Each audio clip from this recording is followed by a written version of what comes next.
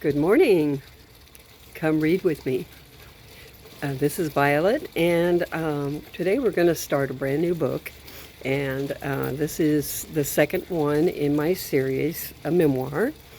And it's called A Little Bit Me and A Little Bit You. And this is the book. You can find this on Amazon under Violet Calkins, along with my first book, Six of One, Half a Dozen the Other, and two others to follow. So let's get right to it. It takes two, a little bit me and a little bit you. Part 2 in the series, as I recall. This is a memoir, copyright 2019, and all rights are reserved. You can reach me through videlcalkins@yahoo.com. Cover design is by Angie Ayala. Pro ebook covers, fiverr.com.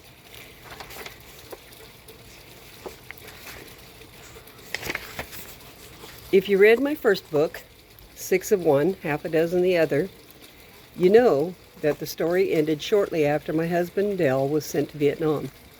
In the first book, I covered most of my childhood, meeting and marrying Dell. In this book, I will cover the first year after the wedding. Some of the story is difficult to write as it was difficult to live.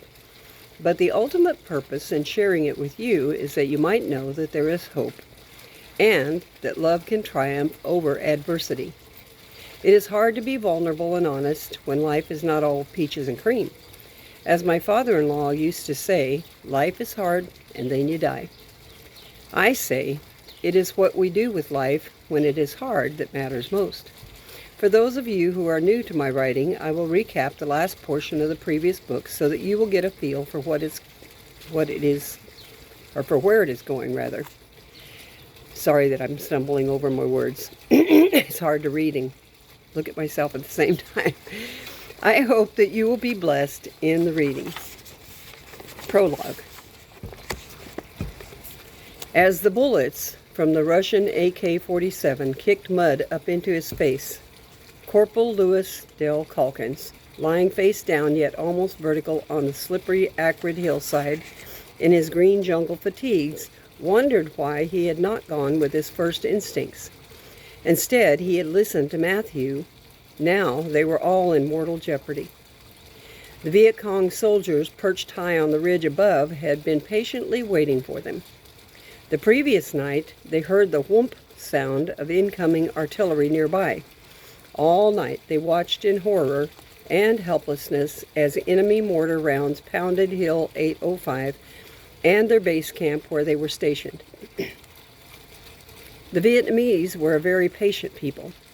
They could lie in wait, barely moving, for many hours without ever giving away their position. As the men of Cobra 3 neared the top of the thick vegetation-covered hill, one of the North Vietnamese soldiers uncharacteristically lifted his head slightly to peek over and observe the progress of the advancing squad. Corporal Calkins and Matthew spotted the Vietnamese soldier just as he spotted them. They opened fire simultaneously. "Oh, Lord," Louis thought, as a barrage of bullets started kicking up the dark, pungent, wet mud all around them. There was no time for second thoughts. Action was imperative. Louis and Matthew began a fire and movement maneuver as they retreated back the way they had come, sliding on their bellies backward down the hill while firing toward the enemy above them. Matthew covered Louis with his M16, firing short bursts up the hill in the direction of the enemy as Louis slid backward. Then Louis covered Matthew in the same way as Matthew slid backward. They progressed that way for a short distance. Then, when it looked as though they might yet make it out alive, Louis's 90-pound rucksack, which was strapped securely upon his back, became wedged firmly between two small trees. He was stuck fast. He could move neither up nor down.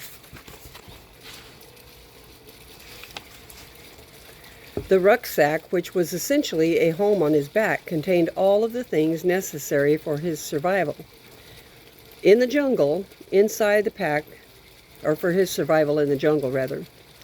Inside the pack was Lewis's bedding, poncho and poncho cover, insect repellent, emergency medical kit, 2 changes of socks, clean underwear, 2 grenades, emergency flares, extra ammunition, sea rations, 3 canteens of water, his camera, and an ammo can with letters and pictures from home.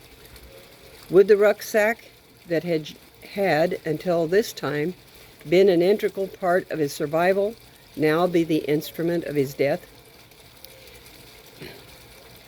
However, it was Corporal Calkins' responsibility to see to the safety of his men. At least perhaps the rest of his squad might make it back alive, if not he himself. He must lead them. "Pull back and go to the rally point," Corporal Calkins shouted over his shoulder at the squad, and then he prayed, "If you get me out of this alive, I will serve you the rest of my days." A moment later, as the last 4 men in the squad made a hasty retreat down the steep hill, the RTO fell forward, dislocating his shoulder, and broke the field radio. The bullets whizzed around Corporal Calkins' head while with his knife in his hand, he struggled to release himself from the rucksack. His thoughts turned to his young bride of 6 months. He thought about the first time he saw her and wondered if he would ever see her flashing red hair and beautiful smile again. Grizzly and the others who had heard the sound of the battle tried numerous times unsuccessfully to reach Corporal Calkins and Cobra 3 on the radio. Finally, they gave them up as MIA, which is missing in action.